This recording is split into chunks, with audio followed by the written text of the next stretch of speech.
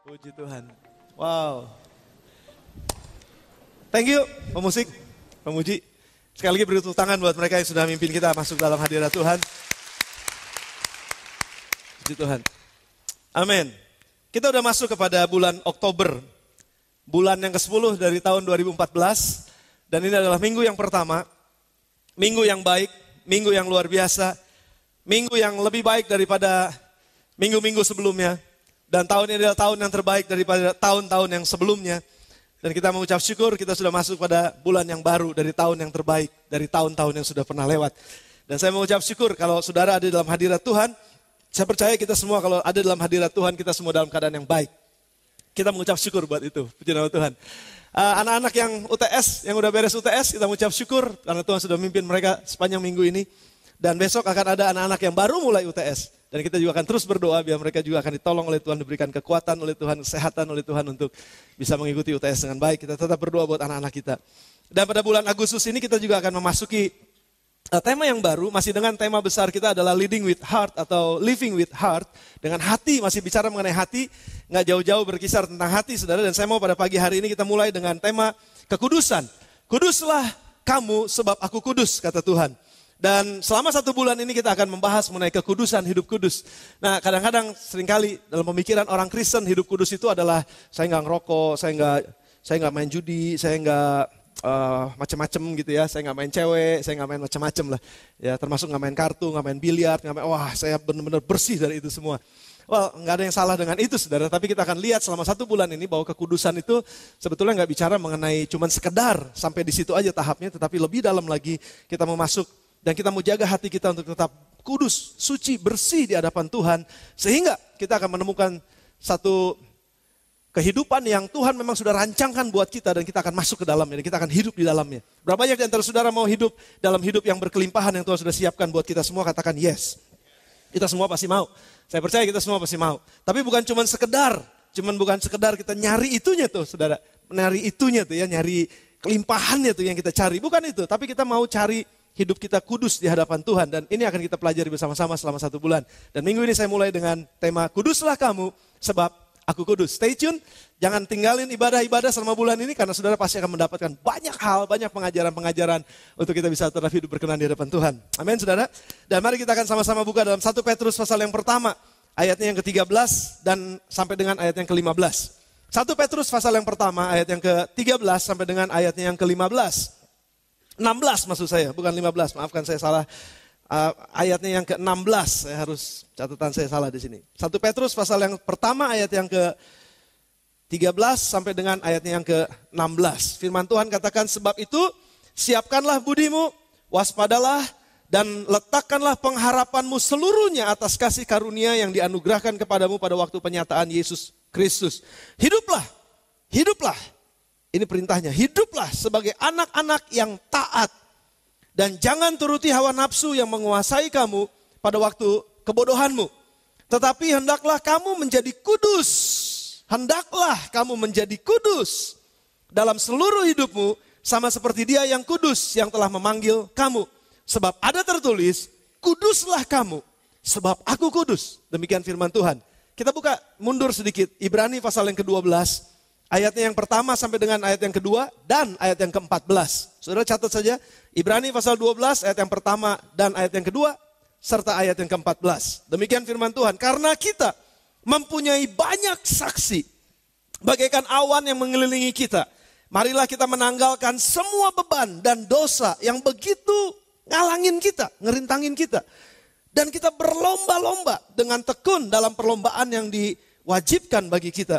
Marilah kita melakukannya dengan mata yang tertuju, fokus on Jesus. Mata yang tertuju kepada Yesus yang memimpin kita dalam iman. Dan yang membawa iman kita itu kepada kesempurnaan. Yang dengan mengabaikan kehinaan telah tekun memikul salib, ganti sukacita yang disediakan bagi Dia yang sekarang duduk di sebelah kanan tahta Allah. Ayat yang ke-14, berusahalah hidup. Sekali lagi nih, ini perintahnya. Berusahalah hidup damai dengan semua orang. Dan pursue, kejarlah itu. Cari itu, run after it. Kejarlah itu. Apa saudara? Kekudusan. Kejarlah kekudusan. Sebab tanpa kekudusan Gak ada seorang pun akan melihat Tuhan. Demikian pembacaan firman Tuhan pada hari ini. Saya mau mulai dengan kalimat ini. Life is a journey. Kehidupan itu adalah sebuah perjalanan. Ada yang perjalanannya panjang, ada yang perjalanannya pendek. Tapi kehidupan bicara mengenai perjalanan. Dan kalau hidup bicara mengenai perjalanan, artinya kehidupan punya tujuan. Karena kalau enggak mau jalan kemana? Ya kan? Jadi harus punya tujuannya. Tujuannya harus jelas. Dan apa sih yang menjadi tujuan manusia? Ada banyak orang yang bilang begini, life must go on katanya. Hidup itu harus terus, pokoknya apa aja yang terjadi, whatever happen in our life, di dalam perjalanan kehidupan kita, life must go on. Hidup harus terus berjalan kemana itu pertanyaannya. Dan ada banyak orang yang gak ngerti jalannya kemana. Makanya ada dua tipe kehidupan kalau saya coba renungkan dalam pemikiran saya. Dua macam kehidupan manusia. Yang pertama adalah kehidupan yang que sera, whatever will be, will be. Que sera, whatever will be, the future's not ours to see. Que sera. Ya. Apapun yang terjadi, terjadilah. Dan artinya ngalir aja. Dan banyak orang Kristen hidupnya ngalir. Hati-hati saudara. Air selalu mengalir, tapi gak pernah ke atas, ngalirnya ke bawah. Kalau saudara gak punya tujuan hidup, pasti hidup saudara akan ngalirnya ke bawah, gak pernah naik ke atas. Kecuali memang ngeresep dia ke atas, tapi setinggi-tingginya apa? Nggak sampai tinggi-tinggi amat, pasti juga akan turun juga ke bawah. Jadi selalu kalau ngikutin air mengalir, itu dari atas pasti ke bawah. Jangan hidup ngalir, saudara, jangan. Tapi miliklah tujuan. Nah hidup yang kedua yang saya bilang adalah tadi yang pertama ngalir aja, gimana nanti, kumahangke orang bilang. Tapi sekarang kita mau lihat hidup di dalam Yesus, hidup yang punya tujuan. Tujuannya apa? Karena life is a journey, seharusnya hidup itu punya tujuannya. Ujungnya apa? Akhirnya apa? Goalnya apa? Tujuannya apa? Destininya apa? Dan kita mesti ngerti destininya ini apa. Dan kalau kita lihat dalam Ibrani pasal 12 tadi, di dalam ayat yang pertama dan ayat yang kedua dikatakan, karena kita ini mempunyai banyak saksi bagaikan awan yang mengelilingi kita, marilah kita menanggalkan semua beban dosa yang begitu merintangi kita dan berlomba dengan tekun dalam perlombaan yang diwajibkan bagi kita. Marilah kita melakukannya dengan mata yang tertuju kepada Yesus. Dan berusahalah hidup damai dengan semua orang. Kejar kekudusan itu, artinya, nah ini saya mau ajak saudara berpikir seperti ini. Saya mau kita ngelihat firman ini, gak apa-apa ditayangin aja ayat tadi. Dikatakan bahwa kita ini seperti orang yang sedang dalam perlombaan. Kita ini seperti orang yang sedang dalam pertandingan dalam kehidupan ini. Tapi intinya adalah begini, Yesus gak pernah ngajarin persaingan satu dengan yang lain. Artinya kita berlomba bukan berlomba dengan orang lain untuk padul dulu sampai kepada sorga. Bukan. Ya kalau begitu, waduh repot juga saudara. Karena saya harus bertanding lawan Pastor Ferdi. Berat saya lawan dia. Nggak seimbang, rasanya dia bakalan lebih cepat karena dia lebih ringan dari saya. Jalannya pasti lebih cepat. Saya nggak bisa ngejar dia kalau saya berlomba dengan dia. Tapi yang dimaksudkan oleh firman Tuhan adalah kita ini berlomba dengan diri kita sendiri. Setiap hari kita ditentukan, diwajibkan untuk menjadi lebih baik dari hari ini. Besok harus menjadi lebih baik dari hari ini. Kalau kita udah sampai besok dan menjadi lebih baik, artinya besoknya lagi harus lebih baik daripada kemarin. Jadi saya harus menjadi lebih baik dari diri saya sendiri hari ini, di hari esok. Besok harus lebih baik. Udah itu aja. Jadi saya berlomba untuk menjadi lebih baik dari diri saya sendiri. Kalau hari ini saya masih kurang, saya besok harus menjadi lebih, bertambah lagi. Kalau saya sekarang kurang rajin, besok saya mesti lebih rajin. Artinya saya harus bertanding, berlomba, menjadi lebih baik. Nah itu pertandingan yang diwajibkan kepada kita dalam hidup ini. Apa yang mesti kita kejar? Kemana kita harus berlari? Nah ini menjadi tujuan sebetulnya. Dalam konteks kita hari ini, tujuan kita adalah mengejar kekudusan. Bukan yang ngejar yang lain, tapi ngejar kekudusan. Kejarlah hidup berdamai dengan semua orang dan kejarlah kekudusan. 1 Petrus pasal yang pertama ayat ke-16 katakan, kuduslah kamu. Tuhan udah set the standard buat kita. Tuhan sudah memberikan standarnya buat kita. Dalam konteks hari ini, waktu dia katakan ini, kuduslah kamu. Itu artinya adalah bahwa saya harus mengejar yang disebut kekudusan yang Tuhan bilang. Karena itu menjadi targetnya Tuhan buat kita. Itu sasarannya Tuhan sementara kita bertanding dalam kehidupan ini. Sementara kita berlomba dalam kehidupan ini. Dan yang hebatnya adalah gini, kita gak bertanding sendirian. Semua orang punya pertandingannya masing-masing. Dan kalau semua orang punya pertandingan masing-masing, juga kita berlari masing-masing menuju ke tempat di mana kita menjadi lebih baik buat diri kita masing-masing. Dan pada akhirnya kita akan menjadi, ini ujungnya, menjadi seperti Yesus. Karena dia bilang, kuduslah kamu sebab aku kudus katanya. Jadi kalau kamu mau hidup dalam pertandinganmu, kamu mau ambil bagian dalam pertandingan ini, tujuannya mesti satu, mesti jadi seperti aku. Bayangin sekarang saudara, standar hidup kita adalah, saya nggak mau jadi seperti pendeta yang lain, saya mau jadi seperti Yesus. Standar hidup saudara apa? Apa standar hidup saudara? Kalau standar hidup saudara adalah, saya mau jadi pengusaha seperti Donald Trump. Boleh aja sih, tapi kayaknya kenapa nggak yang lebih tinggi lagi sedikit? Kalau itu Yesus, kenapa kita nggak jadikan dia target kita, sasaran kita, saya mau jadi seperti dia dan kita bertanding betul-betul untuk masuk ke sana. Dan selain kita bertanding, saudara, ayat ini katakan juga, tambahannya saja, bahwa ada banyak saksi. Banyak saksi di sekeliling kita yang ngeliatin hidup kita. Nggak cuma orang-orang di sekeliling kita yang lagi bertanding juga sama, itu menjadi saksi kita. Saya dilihatin sama istri saya dilihatin sama anak-anak saya dilihatin oleh seluruh jemaat di tempat ini, saya dilihatin oleh teman-teman saya yang lain. Itu saksi, tapi ada juga katanya saksi-saksi lain yang begitu banyak mengelilingi kita seperti awan katanya mengelilingi kita. Saya berpikir ini saksi-saksinya itu di sorga yang gak kelihatan. Saudara. Ada para malaikat, ada Tuhan Yesus berdiri di situ sama orang-orang kudus yang udah meninggal duluan, yang duduk sama-sama dengan Tuhan Yesus lalu ngeliatin kita di bawah gitu. Kira-kira nih. Kalau kayak di film dia ngeliatin kita. Come on. Dikit lagi. Ya, gagal. Ada yang menyaksikan kehidupan kita, entah gagal, entah berhasil. Ada yang lagi cheering up buat kita. Ada orang-orang, ada yang gak kelihatan mungkin. Orang sekeliling kita mungkin gak cheer up buat kita. Tapi ada yang gak kelihatan seperti awan ini lagi tungguin kita, ngeliatin kita. Sampai apa enggak nih garis finish. Ingat saudara, waktu engkau hidup dalam kesusahan, waktu engkau hidup di dalam masalah, waktu engkau hidup dalam sepertinya saya gak bisa sampai nih. Ingat, ada yang lagi nontonin kita. Dan mereka mengharapkan supaya kita menang dan pada akhirnya mencapai garis akhir. Apa garis akhir kita? Nah ini yang mesti kita ngerti. Garis akhir kita adalah kudus. Hidup saya menjadi hidup yang kudus sama seperti Yesus kudus. Dan saya akan menjadi seperti dia. Yang mengerti dengan saya katakan amin. Jadi ini menjadi target kita saudara. Menjadi seperti Yesus adalah target kita sesuai dengan konteks kita hari ini. Dan perlombaannya adalah buat kita semua. Bukan cuma sekedar buat pendeta yang semakin menjadi seperti Yesus. Semua kita nggak peduli, pendeta cuma jabatan. Tapi orang juga. Sama, semua kita manusia sama. Semua kita adalah hamba Tuhan. Semua kita sama di hadapan Tuhan. Nggak ada yang istimewa amat, nggak ada. Cuma Yesus yang paling istimewa. Satu-satunya dan tidak ada yang lain. Semuanya sama di hadapan Tuhan. Berharga semua di mata Tuhan. Semua istimewa di mata Tuhan. Sama semuanya dan Tuhan menghargai kita sama. Dan dia mau supaya kita mencapai tujuan hidup kita menjadi seperti Yesus. Nah, dan dikatakan di sini saudara dalam kitab dalam 1 Petrus, hendaklah hidupmu, kita balik sebentar. 1 Petrus pasal yang pertama tadi ayat yang ke-13, ayat yang ke-14. Hiduplah sebagai anak-anak yang taat dan jangan nuruti hawa nafsu yang menguasai kamu pada waktu kebodohanmu. Ayat 15, tetapi hendaklah kamu menjadi kudus dalam seluruh hidupmu. Seluruh hidupmu. Enggak cuma kudus pada saat ada di gereja. Enggak cuma kudus sementara ada di dalam kebaktian-kebaktian. Enggak cuma kudus sementara ada di dalam life group. Enggak cuma kudus sementara lagi ada dalam atmosfer rohani. Seluruh hidupmu. Engkau ada di rumah, engkau ada di tempat pekerjaan, engkau ada di tempat usaha. Seluruh hidupmu.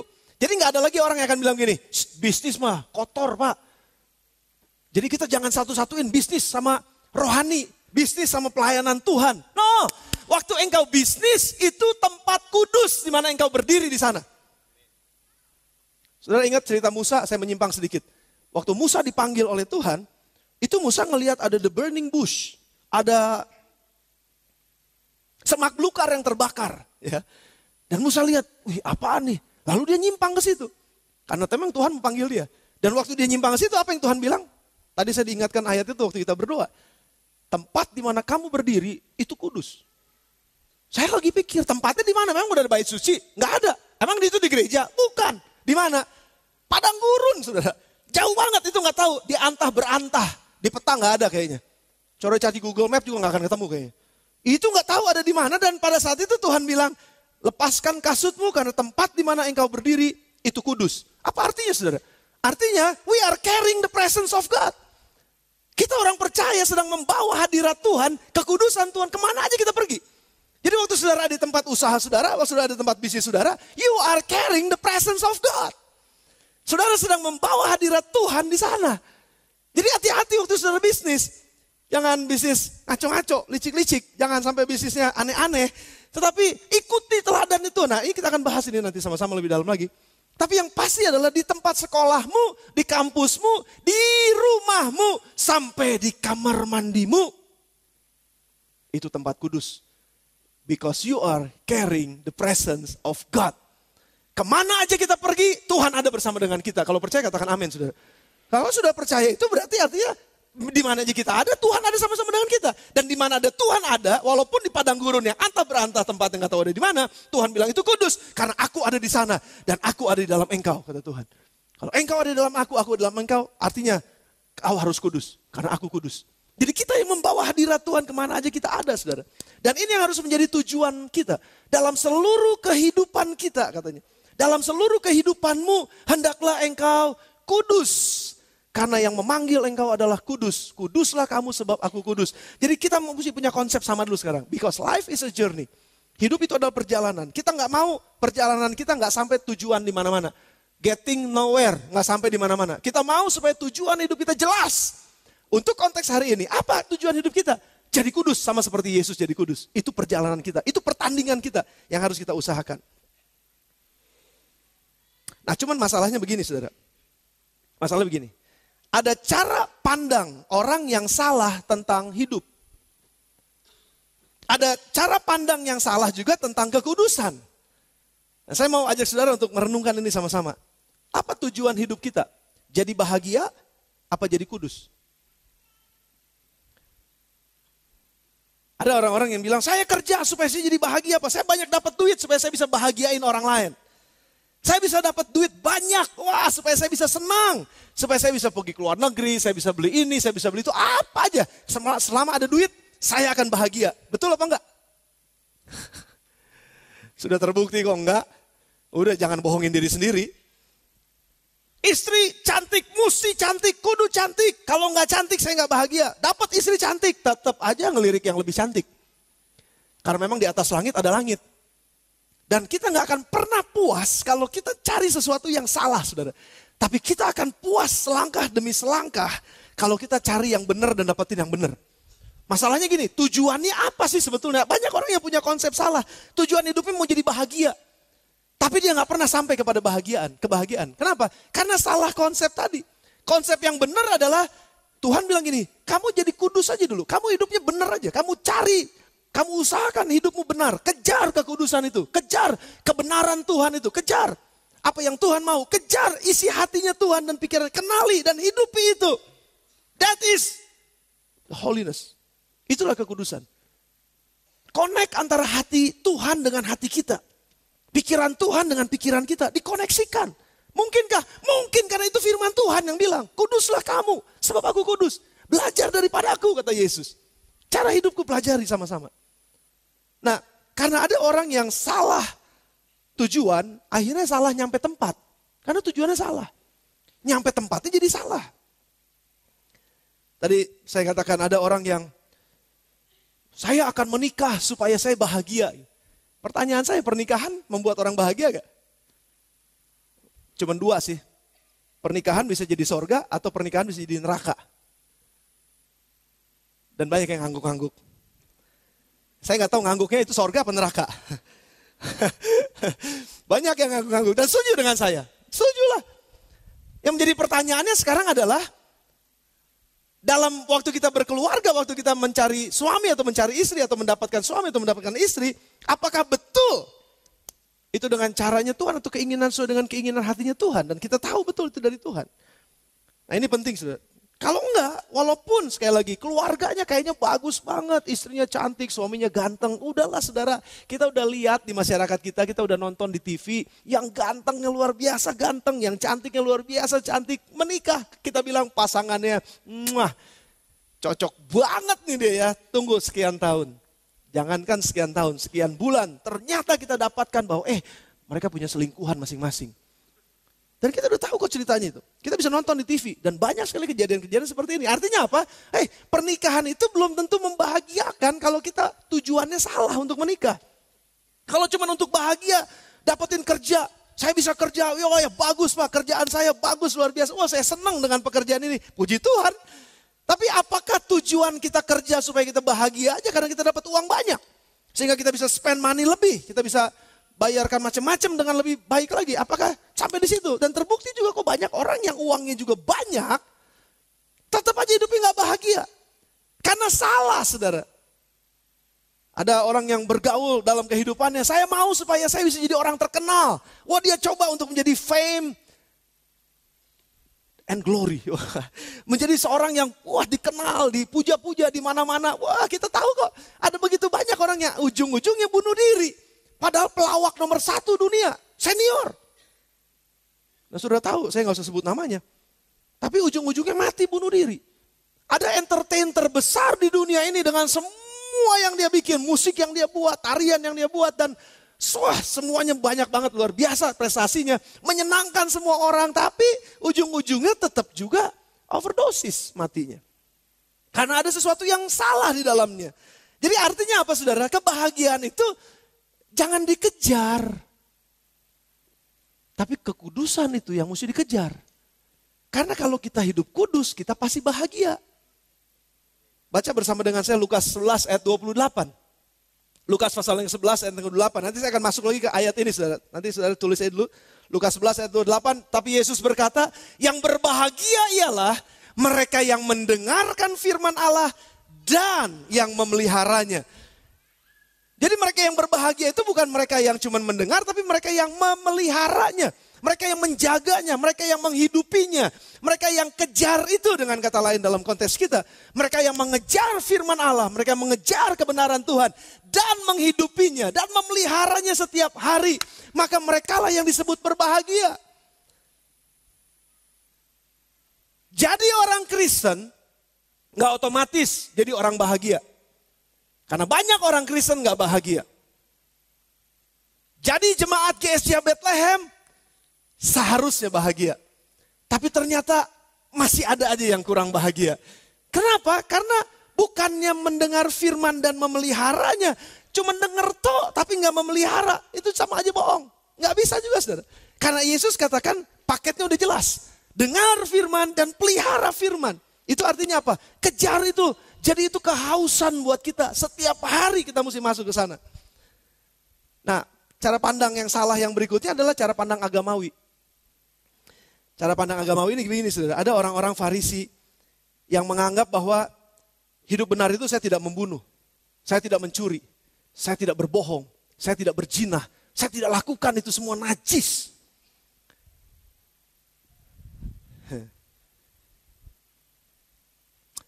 Kecenderungannya waktu mereka bilang, saya nggak mabuk, saya nggak judi, saya nggak bohong, saya nggak berzina, saya nggak ngapa-ngapain, saya bersih kok, saya jujur, saya kerja baik, cukup dong, saya baik. Berarti saya udah kudus dong. Nah, saudara perhatikan, kecenderungan yang salah dari sini adalah kecenderungannya lebih menyanjung kepada aturannya, tapi bukan kepada yang membuat aturannya. Saudara perhatikan baik-baik. Kecenderungan orang adalah begini. Kalau dia udah gak mabuk gitu ya, saya gak mabuk. Saya kan gak pernah mabuk, saudara. Gak pernah sekali. No, saya gak pernah mabuk. Saya gak mabuk, waktu saya lihat orang mabuk, saya menganggap bahwa saya udah lebih benar, saya udah lebih kudus. Jadi artinya standar hidup kudus saya adalah pada saat saya udah sampai ke situ. Dan akhirnya saya ngelihat orang lain, ya mabuk, kelas lu belum sampai ternyata. Atau sebaliknya atau yang berikutnya kalau saya ngelihat ada orang yang merokok gitu ya. Ayo yang masih ngerokok siapa? Kurang kudus kamu. Masih ngerokok. Terus saya gak ngerokok kan. Standar saya gak ngerokok. Bersih. Gak ada hitam-hitamnya di sini. Coba scan. Bersih pasti saya gak ada hitam-hitamnya. Coba dia. Gile giginya aja hitam. Apalagi ini ya. Jantungnya paru-parunya semua hitam pasti. Coba scan. Artinya begini saudara, waktu saya udah sampai di situ, saya jadi orang yang menghakimi orang lain. Dengan hati saya. Walaupun saya jauh-jauh berdirinya, saya gak mau bergaul sama dia. Amit-amit tukang rokok, bau. Saya jadi merasa bahwa diri saya benar sendiri. Dan orang itu gak benar. Walaupun saya bilang memang rokok gak sehat kok. Tapi standar kehidupannya jangan cuma stop sampai pada saat kita udah gak lakukan itu lagi. Kenapa saya berani bilang begini saudara? Karena Yesus sendiri ngomelin orang-orang Farisi. Buka bersama dengan saya Lukas 18 ayat 9 sampai dengan 14. Saudara catat aja. Lukas pasal yang ke-18 ayat 9 sampai dengan ayat yang ke-14. Dikatakan di situ mengenai ahli Taurat. Orang-orang ahli Taurat, orang-orang Farisi bersama dengan satu orang, saya pernah ceritain ini pemungut cukai. Kalau saudara ingat ceritanya, saya bacakan sedikit. Dan kepada beberapa orang yang menganggap, dengar ini saya saudara. Dan kepada beberapa orang yang menganggap dirinya benar dan memandang rendah semua orang lain karena dia pandang dirinya benar. Hati-hati loh. Saudara bilang, saya ngasih perpuluhan Pak.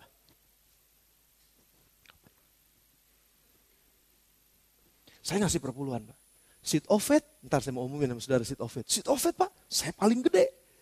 Coba bandingin sama yang lain. Saya tulis 3M. Walaupun nulisnya sambil marah sama Tuhan. Nantangin Tuhan. Pengen tahu, bisa gak kasih 3M? Orang lain gak ada yang kasih 3M. Saya nih nulis 3M, nulis doang. 3M. Nantangin Tuhan. Saudara hati-hati, jangan nantangin Tuhan ya. Dengan janji iman saudara. Saya ngasih persembahan. Kalau masuk nih, asyir-asyir, saya lihat dulu asyir. Habis salaman saya lihatin asyir. Kayak Mr. Bean nih modelnya gitu ya. Saya ngasih dong tuh persembahan. Coba lihat tuh masih banyak tuh yang ngasih persembahan. Kenapa saya tahu banyak yang ngasih persembahan? Karena saya perhatiin yang ngasih persembahan. Saya ngasih. 1.300 orang di tempat ini, 800 amplop kolektor yang masuk. Berarti masih ada 700 orang yang nggak ngasih persembahan. Saya masuk yang 800. Yang 700, pujiannya nggak didengar sama Tuhan. Orang yang nganggap dirinya benar seperti ini, dan memandang rendah orang lain yang tidak melakukan seperti yang dia lakukan, dengan standar agamawinya, aneh loh. Yesus ngomong nih, Yesus cerita saudara. Nih, aku mau ngomong kata Yesus. Ayat 16. Ada 2 orang yang pergi ke bait suci. Yang pertama orang Farisi. Dan orang Farisi ini bilang di ayat yang ke-11. Tadi bilang apa ayat yang ke-11? Coba sudah lihat. Orang Farisi itu berdiri dan berdoa dalam hatinya begini. Ya Allah. Aku ngucap syukur kepadamu. Karena aku gak sama kayak Koverdi. Aku gak sama kayak si Taufik.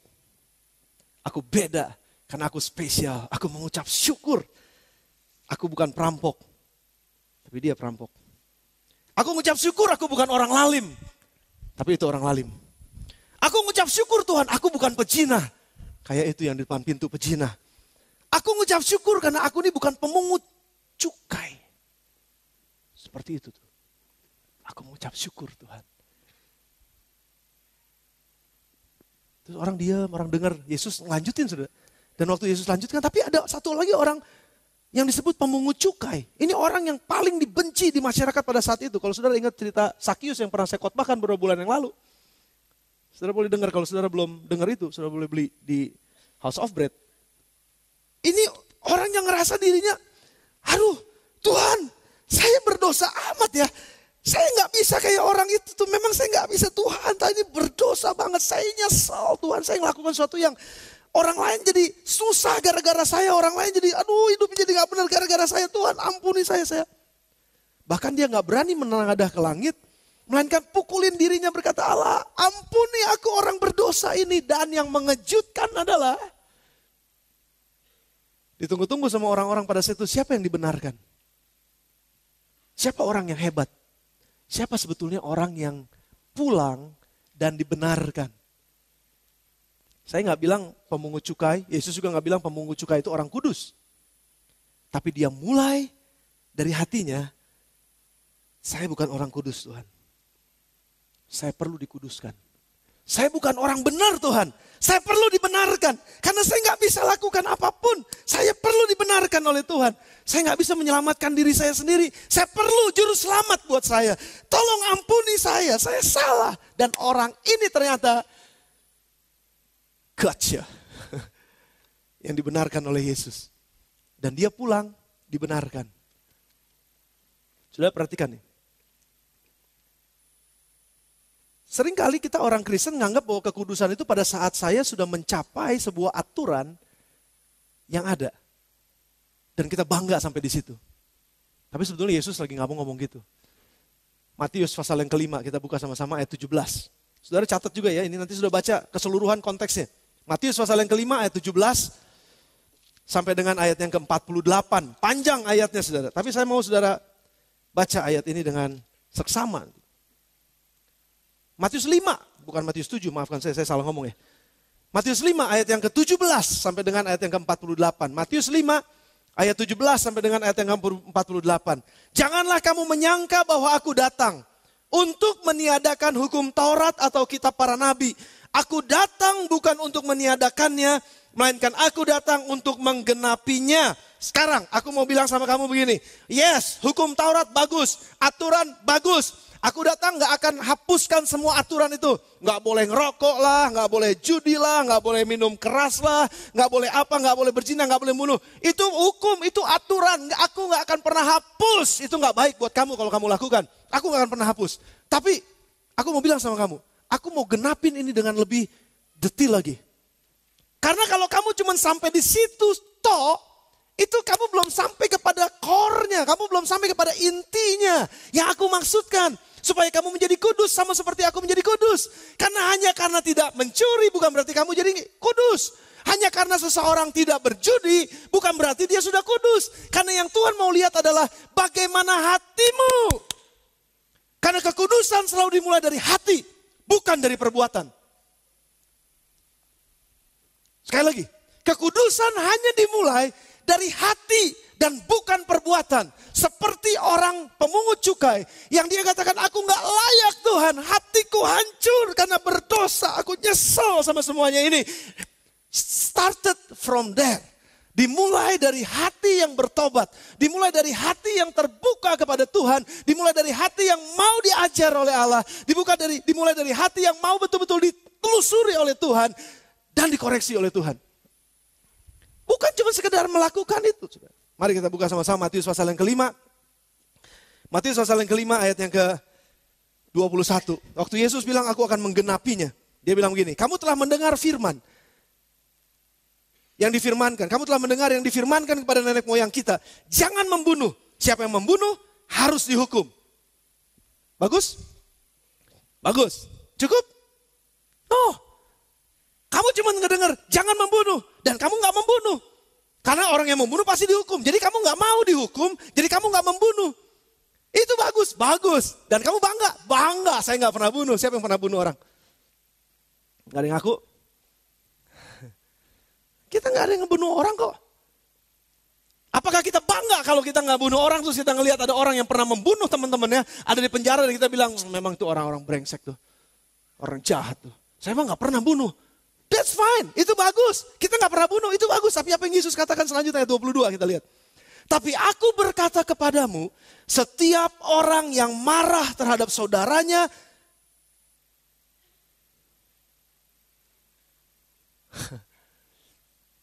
harus dihukum. Orang udah mulai bingung. Siapa yang berkata kepada saudaranya kafir, harus dihadapkan ke mahkamah agama. Dan siapa yang berkata jahil, harus diserahkan ke dalam neraka yang menyala-nyala. Yesus ngomongnya ini kencang banget, saudara. Yesus ini ngomongnya keras banget gitu. Oke, kamu gak membunuh, fine. Itu memang tertulis, itu hukumnya, itu aturannya kamu gak membunuh. Bagus kamu gak membunuh, tapi aku berkata kepadamu, this is my new standard of holiness. Ini standar yang baru untuk kehidupan yang kudus. Gak cukup kamu cuma sekedar bilang aku tidak membunuh. Tapi barang siapa yang ngomong sama temannya kafir, serahin sama FPI. Enak aja dia ngomong kafir. Emang siapa yang kafir? FPI mesti dibawa ke mahkamah agama sebetulnya. Dengan ngomong Ahok kafir. Sorry, saya jadi ngomong ke situ kok ya. Karena saya kesel juga kemarin ngelihatnya. Wah, pendeta juga jadi bisa kesel ya. Well, ampunilah mereka karena mereka tidak tahu apa yang mereka lakukan. Tetap berdoa buat para FPI, saudara. Karena Rasul Paulus dulu kayak FPI. Rasul Paulus. Nggak apa-apa FPI bisa denger ini juga kalau di broadcast, kalau mereka denger nggak apa-apa. Rasul Paulus tuh kayak kamu, FPI. Benar loh, ditangkap sama Yesus di tengah jalan. Akhirnya jadi radikal luar biasa buat Yesus. Amin saudara. Artinya selalu ada kesempatan buat FPI untuk bertobat dan dipakai oleh Tuhan. Dengan luar biasa, itu akan jadi orang-orang radikal tuh. Orang-orang Kristen yang kuat. Tapi ada juga orang-orang yang bilang begini kepada saudaranya, katanya, jahil lu. Gitu. Tapi sebenarnya bahasa Inggris bukannya jahil. Kalau dalam bahasa Inggris sudah punya kamus Alkitab bahasa Inggris, tulisan begini, you stupid. Atau dengan kata lain ngomong begini, dasar, maafkan ya, blon. Kita ngomong sama istri, ngomong sama suami, orang-orang ngomong sama anaknya atau mungkin sama saudaranya atau mungkin sama pegawai di tokonya atau dasar, maafkan, goblok. Tolol, brengsek. Orang-orang yang ngomong kayak begini kata Yesus kepada sesamanya, apalagi sama pasangan hidupnya, marahnya itu kayak begitu. Hei, kamu memang gak bunuh orang, tapi kamu sudah membunuh dan kamu harus dihukum. Bahkan Yesus bilang, masuk ke dalam api neraka. Lebih keras lagi loh saudara. This is my new holiness standard. Ini yang Yesus mau kasih lihat sama kita. Jadi kamu jangan cuma puas waktu kamu gak membunuh orang. No.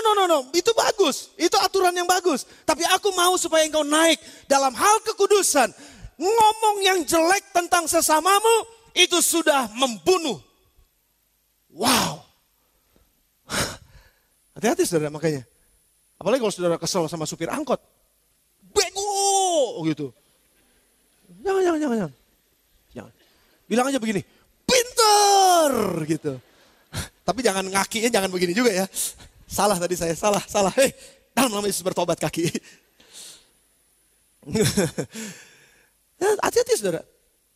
Paling gampang ngomong itu sama siapa? Orang yang lebih lemah dari kita. Anak-anak kalau lagi belajar. Coba. Orang tua hati-hati. Aduh lu tuh ya bego amat sih anak deh. Lu belajar tuh sama temen lu tuh. Nyesel gue lahirin lu. Lu kok nyesel sih? Mau dikasih sama Tuhan kok diseselin? Hati-hati saudara, itu sudah sama dengan pembunuh kata Yesus. Ayat selanjutnya, mau diterusin? Ayat 23, seru nih saudara. Sebab itu jika engkau mempersembahkan persembahanmu di atas mezbah dan engkau teringat sesuatu dalam hati saudaramu terhadap engkau. Wah bawa persembahan ke gereja. Ku bawa korban syukur. Stop. Kata Yesus, bagus gak? Bagus. Persembahkan persembahanmu, bawa sitofet, bawa persembahan syukur, bawa persepuluhan ke rumah Tuhan. Yes, aku bawa semuanya Tuhan. Enggak ada yang aku lewatkan, semuanya aku kasih, semuanya aku bawa. Hahaha. Yesus juga ketawa. Hahaha. Tunggu dulu kata Yesus, tunggu dulu, tenang dulu. Kalau kamu bawa persembahan ke dalam rumah Tuhan, bagus. Tapi ingat, kalau engkau teringat ada sesuatu dalam hati saudaramu terhadap engkau, stop dulu persembahanmu. Bagus persembahanmu. Luar biasa persembahanmu. Tapi waktu engkau mempersembahkan, ku bawa korban syukur. Barusan sama istri gue tempelin di rumah.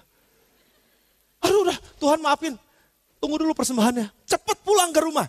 Beresin sama istrimu. Percuma persembahanmu. Walaupun engkau melakukannya dan engkau bilang aku sudah memberi persembahan, itu aturan dari gereja, itu aturan dari rumah Tuhan, itu aturan dari Alkitab, puji Tuhan itu aturan dari Tuhan. Tapi Tuhan lagi mau bilang, this is my new standard of holiness. Ini standarku yang baru untuk kekudusan. Mari naik kelas, jangan ada di situ terus. Jangan kayak orang Farisi. Naik lebih tinggi lagi. Dengar, kalau engkau punya masalah sama orang lain. Kalau engkau lagi bermasalah dengan orang lain, jangan ngomong di belakang, samperin.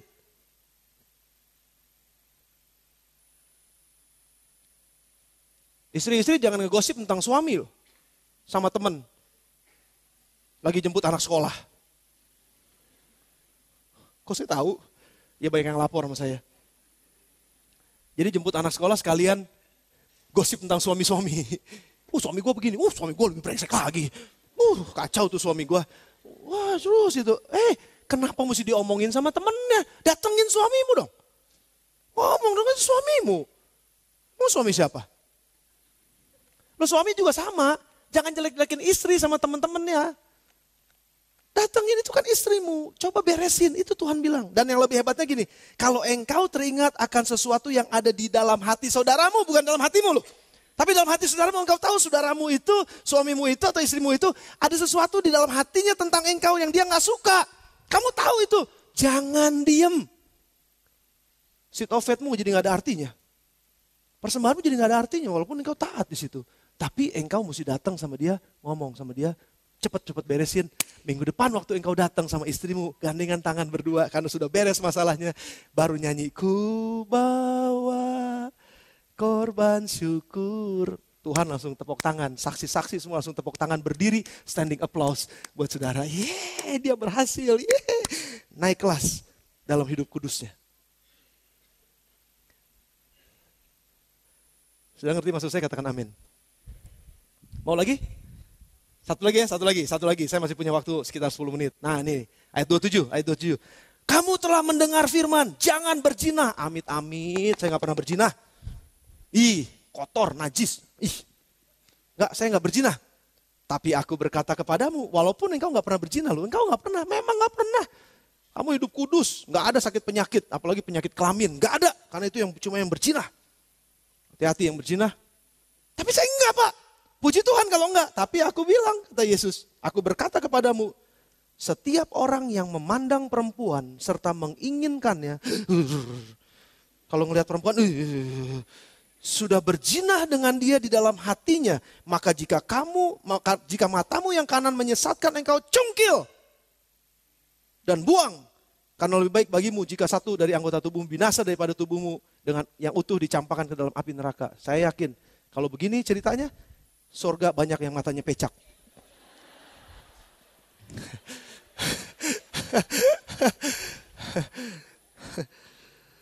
Kalau begini ceritanya jadi susah karena memang berzinanya nggak pernah hubungan seks sama yang di luar pasangannya, nggak pernah. Saya bersih Pak, saya bersih. Puji Tuhan. Tapi gimana dengan pikiranmu, hatimu? Nggak ada yang pernah tahu, nggak ada yang pernah lihat. Tadi pagi saya ngomong sama jemaat jam 6. Namanya laki-laki. Pokoknya kalau ada yang terang pasti ngelihat. Nggak mungkin nggak. Biarin lagi diem, lagi nunduk terus tiba-tiba ada yang lewat. Serteng langsung lihat itu. Walaupun nggak ngapa-ngapain memang betul. Tapi itu pasti ngelihat. Ayo jujur, bapak-bapak jujur. Jangan mentang-mentang ada istri saya nggak ada sini hari ini. Mentang-mentang gak ada istrinya, coba kalau lagi ada perempuan tinggi, semampai, rambut panjang, blondi, terus jalan gitu, saat pakai rok mini, saya dilihat apa enggak? Lo jujur aja saudara. Well dilihat sih dilihat, tapi menginginkan atau enggak? Nah itu yang jadi pertanyaannya, kan kita gak tahu. Cuman hati kita yang tahu. Dan waktu kita bilang, saya mah gak berzina sama dia. Loh, waktu lu ngeliat aja itu udah berzina. Itu standar kekudusan dari Yesus saudara. Bahaya banget kan jadinya. Tapi anyway, ada banyak orang yang pada akhirnya cenderung hanya menyanjung peraturan dan bukan pembuat peraturannya. Karena dia merasa bahwa saya udah hidup dalam aturan dan saya udah kudus. No, kata Tuhan. Jangan sombong dengan itu. Rendahkan hatimu aja. Bilang sama Tuhan, Tuhan aku gak bisa sebetulnya. Aku gak mampu, tapi aku minta Tuhan tolong aku. Mampukan aku. Jangan seperti anak sekolah yang cuma kejar nilai rapot. Dapat 10, dapat 15. Anak mahasiswa ditanya, IPK-nya berapa? 4,3. Gila tinggi banget, ini udah maksima cum laude.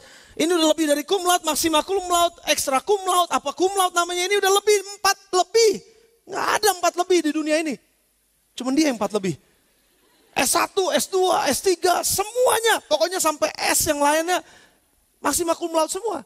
Puji Tuhan kalau saudara punya S1, puji Tuhan sudah punya S2, puji Tuhan sudah punya S3, puji Tuhan semua gelar yang sudah punya profesor, doktor, insinyur, segala macam ujungnya almarhum aja. Pakai ujung-ujung kan almarhum kan saudara. Mau apa aja depannya ujungnya pasti almarhum. Tapi pertanyaannya sekarang adalah, apakah hanya karena mengejar nilai semuanya bagus, di rapotnya bagus, apakah kita udah bisa berelasi dengan orang lain dengan baik? Makanya aneh loh saudara, ada begitu banyak S1, S2, S3 nganggur, nggak bisa kerja. Dites, wah ini saya bawa ini. Wah ditanya berapa gajinya, saya mau sekian puluh juta. Karena saya S2, karena saya S3. Keren banget dengan itu ya. Nilai saya maksimum cum laude. Tunggu dulu. Begitu kerja nggak bisa kerja. Dia ngomongin terus sama teman-temannya. Wah ini pinternya keblinger. Wah ini mah so aja lu jadi profesor lu. Nggak bisa kerja juga. Kalah sama anak lulusan SMA. Yang saya maksudkan adalah begini saudara. Kalau kita cuma ngejar. Saya nggak lakukan ini, saya nggak lakukan ini. Itu sama seperti saya dapat rapot bagus, ini nilai bagus, ini nilai bagus. Tapi begitu masuk ke lapangan kita nggak bisa berhubungan dengan siapapun. Yang lebih penting kata Yesus adalah. Bukan cuma sekedar engkau sampai kepada tahap itu. Tapi jauh lebih dari. Apakah engkau bisa berelasi satu dengan yang lain, memberikan pengampunan pada orang-orang, sabar terhadap orang lain? Apakah engkau bisa memberikan kasihmu kepada orang-orang yang membutuhkan? Apakah engkau bisa berikan perhatianmu pada mereka tanpa kamu harus menghakimi mereka? Apakah engkau bisa berelasi satu dengan lain yang bagus? Apakah engkau bisa membangun hubungan dalam keluargamu, suami istri, saling cinta satu sama lain? Cinta bukan cuma sekedar cinta nafsu, tapi memutuskan walaupun dia udah jelek, walaupun dia udah, aduh kayaknya gemuk banget ya, aduh kayaknya beda banget sama dulu waktu masih pacaran, kayaknya. Tapi aku tetap memutuskan untuk mengasihi engkau dan menerima engkau. Apakah kita bisa seperti itu? Dan itu yang Yesus maukan, standar hidup kekudusan seperti itu yang dia mau. Bukan cuma sekedar aku gak cerai, oke gak cerai, tapi di rumah gimana hubunganmu? Gak ngomong 3 tahun suami sama istri. Memang gak cerai sih, karena mempertahankan supaya jangan kelihatan cerai. Tapi bagaimana kehidupanmu? Bukan itu kata Yesus. Naik lebih dalam lagi, naik lebih tinggi lagi dalam kehidupan kekudusanmu. Saya mau tutup dengan ini. Yesus mengajarkan standar kekudusan itu berawal dari hati. Dan kalau hati bisa diumpamakan seperti rumah, saudara. Dan Yesus memberikan perumpamaan yang bagus. Kita balik tadi ke Lukas pasal yang ke-11. Jadi saya janji Lukas pasal yang ke-11. Ayat 24 sampai dengan ayat yang ke-28. Beri saya kasih waktu saya kira-kira 10 menit lagi. Boleh? 10 menit lagi? Boleh ya? Thank you. Lukas pasal yang ke-11 ayat 24. Sampai dengan ayat yang ke-28. Kita baca sama-sama. Saya tulis ya, apabila roh jahat keluar dari manusia, ia pun mengembara ke tempat-tempat yang tandus mencari perhentian. Dan karena ia tidak mendapatkannya, ia berkata, aku akan kembali ke rumah yang telah kutinggal itu. Maka pergilah ia dan mendapati rumah itu udah bersih, tersapu dan rapih teratur. Lalu ia keluar dan mengajak 7 roh yang lain yang lebih jahat daripadanya. Dan mereka masuk dan berdiam di situ. Maka akhirnya keadaan orang itu lebih buruk daripada keadaannya yang semula. Nah ketika Yesus masih berbicara, tiba-tiba seorang perempuan nyeletuk saudara. Dari antara orang banyak dan berkata kepadanya, bahagia banget ibumu ya. Bahagia banget ibu yang sudah mengandung kamu. Dan susu yang telah menyusui engkau. Keren banget tuh ibu. Pasti hebat tuh ibu. Tapi Yesus bilang begini, ia berkata, yang berbahagia itu mereka yang mendengarkan firman Allah dan yang memeliharanya. Yang berbahagia itu adalah bukan mereka yang punya jabatan, bukan mereka yang punya status, bukan mereka yang punya titel luar biasa. Yang berbahagia itu bukan orang-orang yang sudah sepertinya seperti ahli-ahli Taurat. Mereka belum tentu bahagia. Walaupun mereka udah bisa sampai, saya nggak ngerokok, saya nggak ini, saya nggak itu, saya nggak ini. Belum tentu bahagia dalamnya. Yang bahagia adalah mereka yang mendengar firman Allah dan yang memeliharanya. Sudah perhatikan ini. Ada beberapa gambar yang saya mau kasih lihat pada saudara. Gambar rumah. Ini rumah di sebelah rumah kami di BNR. Persis di sebelahnya. Tadinya saudara itu, wah itu rumput di depan, lalang ilalang dan wah itu banyak yang udah mulai pada jatuh, genteng-genteng udah pada copot. Terus juga ada ceilingnya itu udah pada copot-copot gitu ya. Lalu mama di rumah, mama bilang, oh kita ini aja bersihin deh, udah bersihin mah bayarin orang gitu. Jadi akhirnya panggil orang, ada 2 orang gitu. Diberesin semuanya saudara. Saudara bisa lihat dalam-dalam, kalau bisa dimatiin aja lampunya. Supaya bisa kelihatan jeleknya di rumah. Oke bukan ini. Ini dalamnya saudara, ini dalamnya. Ada yang mau beli? Persis di rumah sebelah saya ini. Dalamnya kayak begini saudara, tuh dalamnya kayak begini. Ini kotor, tadinya tuh banyak rumput-rumput. Itu ada ular, ada tikus, ada segala macam yang jelek ada di situ saudara. Semua itu macam-macam banyak jelek. Akhirnya dibersihin, tapi memang bersihnya masih belum terlalu bersih karena belum disikat-sikat. Terus itu atas-atasnya udah pada copot, akhirnya dicopot-copotin semua supaya nggak membahayakan. Ada genteng-gentengnya akhirnya dicabut-cabutin karena udah mulai jatuh. Dan yang berikutnya ada tangga-tangga, ini tangga-tangganya kotor banget sudah. Nah saudara perhatikan, kalau kita masuk ke sini, tolong nyalain lagi lampunya, terima kasih. Hati kita dianalogikan seperti rumah saudara. Rumah ini tadi. Kalau dalam ceritanya Yesus, perumpamaan Yesus adalah rumah ini udah dibersihkan. Karena tadinya kotor, gak kayak begitu. Wah saudara gak akan pernah mau masuk deh. Kemarin itu saya masuk karena saya mau foto, jadi saya masuk. Nah tapi Saudara kalau lihat pasti nggak mau gitu, kotor banget. Tapi sudah mulai dibersihkan. Nah saya coba ilustrasikan begini, saya nggak menurunkan kadar kekudusan Yesus waktu dia menguduskan kita, atau pekerjaan Yesus waktu dia menguduskan kita, bukan itu maksud saya. Maksud saya adalah begini saudara. Walaupun kita udah dibersihkan, 1 Petrus 1 ayat 18-19. Coba buka tolong sama-sama, cepat. 1 Petrus 1 ayat 18 sampai dengan ayat yang ke-19. Kamu tuh telah ditebus dari hidupmu yang sia-sia. Rumahmu tadinya kotor luar biasa, tapi kamu udah ditebus. Dari kehidupanmu yang sia-sia gak ada artinya banget tuh rumah. Hatinya tuh gak punya arti, hidup tuh gak punya arti sama sekali. Yang sudah kamu warisi dari nenek moyangmu yang bukan dengan barang yang fana. Tapi juga bukan dengan perak atau emas. Tapi dengan apa kamu ditebus? Ayat yang berikutnya 19. Melainkan dengan darah yang mahal. Yaitu darah Kristus, Yesus. Yang sama seperti darah anak domba yang tak bernoda dan tak bercacat. Teman-teman kita, saudara-saudara kita dari agama yang lain sedang merayakan pada hari ini ada potong itu, potong korban. Tapi ini Yesus yang disembelih dan melalui darahnya, melalui apa yang dia lakukan, dia menyucikan, dia menguduskan, dia membereskan kita. Semua yang jelek-jelek, semua yang negatif-negatif, itu dia bersihkan dari hidup kita. Dia mau supaya hati kita, rumah kita itu menjadi rumah yang bersih. Cuman yang jadi masalah gini, kalau itu udah bersih, lalu gak dirawat lagi, rumah itu akan semakin hancur, akan semakin buruk, akan semakin jelek. Itu yang Yesus katakan. Makanya kenapa kalau kamu mau berbahagia dengan rumahmu yang baru itu, maka engkau harus dengan taat menyucikan setiap hari dengan firman. Tapi bukan cuma sekedar dengar firman, tapi memelihara firman di dalam rumahmu itu. 1 Petrus 1 ayat yang ke-22. Saya akan tutup dengan ini. 1 Petrus 1 ayat yang ke-22. Firman Tuhan katakan, Petrus katakan, dia tuliskan seperti ini. 1 Petrus 1 ayat yang ke-22. Karena kamu telah menyucikan dirimu oleh apa saudara? Ketaatan kepada kebenaran. Oh artinya caranya kita menyucikan diri kita yang sudah dibersihkan oleh Yesus. Tapi seperti rumah tadi, kita mesti tetap pel. Kita mesti tetap sikat, kita mesti tetap sapuin, kita mesti tetap rawat. Kita mesti tetap kalau ada yang bocor-bocor kita beresin. Supaya apa? Supaya rumah kita jadi bersih setiap hari. Gimana caranya? Taat kepada kebenaran. Dan itu yang Yesus bilang, yang berbahagia adalah mereka yang mendengar firman dan mentaati kebenaran itu dengan memeliharanya terus setiap hari. Jangan biarkan kalau ada yang kotor dalam saudara gak coba untuk bersihkan. Jangan. Betul kita sudah disucikan, kita sudah diampuni dari dosa-dosa kita semuanya. Yes, kita sudah ditebus. Rumah itu tadi sudah ditebus oleh darah Kristus. Hidup kita yang kotor sudah ditebus oleh darah Kristus. Tapi gak otomatis waktu Yesus membersihkan, mengampuni dosa kita, terus ujuk-ujuk kita jadi kudus banget gitu. Enggak kan? Kita masih tetap latihan, kita masih tetap hidup, kita masih tetap menjalani apa yang mesti kita kerjakan. Kita masih tetap berlomba, kita masih tetap kejar kekudusan itu. Sampai kita mendapatkan kesempurnaan menjadi seperti Yesus. Kita mesti terus kejar, jangan diem. Mentang-mentang saya udah percaya Yesus, terus tenang-tenang aja ntar kudus sendiri. Gak ada.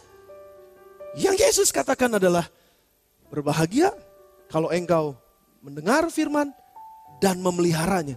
Taati setiap kebenaran itu. Lakukan setiap hari. Saudara, gambar rumah yang tadi yang kotor, yang baru dibersihkan. Itu identik sama rumah hantu. Karena anak-anak kampung waktu itu lewat di depan rumah kami. Terus waktu itu saya pas baru pulang, anak-anak dari kampung seberang karena mereka mau berenang di situ, daerah situ. Jadi mereka datang terus mereka bilang, imah jurik. Kan rumah setan maksudnya. Dan itu memang terkenal. Sebelah rumah kami terkenal sebagai rumah setan, rumah hantu di sana. Jadi siapa yang mau beli silahkan. Harganya pasti murah. Cuma gak tahu siapa yang punya. Nah jadi, itu rumah hantu, identiknya sama itu saudara. Dan yang pasti saya catat begini. Waktu saya masuk ke dalam, cuma ada binatang kotor yang ada di situ. Ada kotoran kucing di situ, ada kotoran yang lain. Baunya luar, tikus banyak. Gak enak. Tapi yang pasti begini, gak ada orang yang mau tinggal lama di situ. Walaupun udah dibersihin, saya masuk cepet-cepet. Saya ngajakin Priscilla, Pris ikut papa yuk cepetan.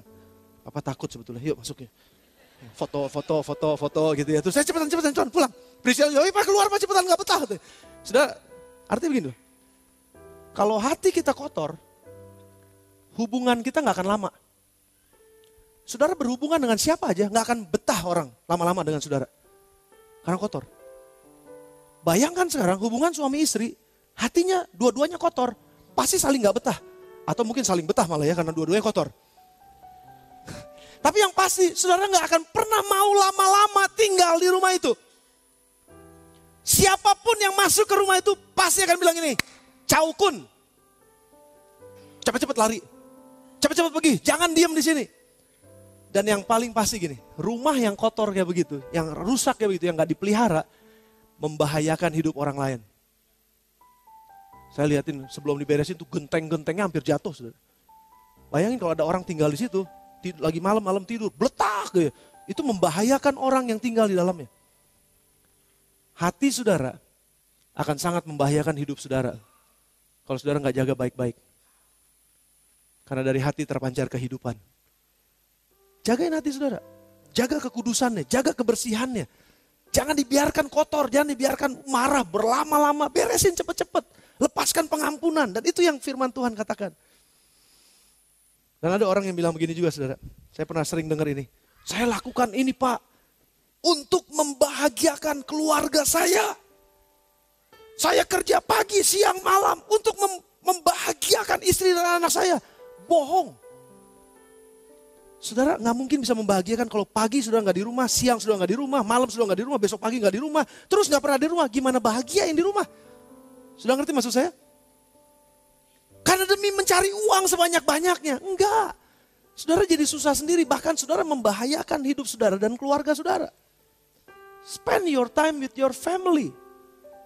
Miliki waktu bersama dengan keluarga saudara. Jangan dikejar terus yang namanya uang, karena saudara gak akan pernah puas. Cukupkan diri dengan apa yang ada. Saya gak bilang saudara gak perlu kerja, saya gak bilang saudara jangan jadi kaya. Bukan itu maksud saya. Karena memang kekayaan bukan tujuan hidup kita. Kekayaan cuma akibat. Ada satu gambar yang saya mau kasih lihat pada saudara. Because life is a journey. Jangan biarkan kekayaan itu menjadi tujuan saudara. Karena kekayaan hanyalah sekedar akibat. Bisa diperlihatkan? Ada fotonya, ada gambar. Kekayaan adalah akibat dan bukan tujuan. Jangan jadikan kekayaan menjadi tujuan saudara, karena saudara gak akan pernah bahagia. Jadikan kekayaan itu akibat. Waktu saudara hidup kudus, semuanya akan ditambahkan kepada saudara. Carilah dahulu kerajaan Allah dan kebenarannya, maka semuanya akan ditambahkan kepadamu, akan ditambahkan kepadamu, akan ditambahkan kepadamu. Satu hal, jika kamu mau membahagiakan dirimu, belajar hidup kudus. Jika engkau mau membahagiakan keluargamu, hiduplah dalam kekudusan. Jika engkau mau menyenangkan hati Tuhan, hiduplah dalam kekudusan. Kejarlah kekudusan. Maka engkau akan membahagiakan dirimu sendiri, engkau akan membahagiakan keluargamu, dan otomatis engkau akan membahagiakan Tuhan. Karena kita akan menjadi sama seperti Yesus. Dan itu adalah tujuan hidup kita. Tuhan Yesus berkati saudara. Mari tundukkan kepala sebentar. Sudah diberkati, katakan amin. Mari tundukkan kepala saudara sebentar. Kita akan datang kepada Tuhan. Jangan lewatkan, saya gak mau lewatkan waktu ini.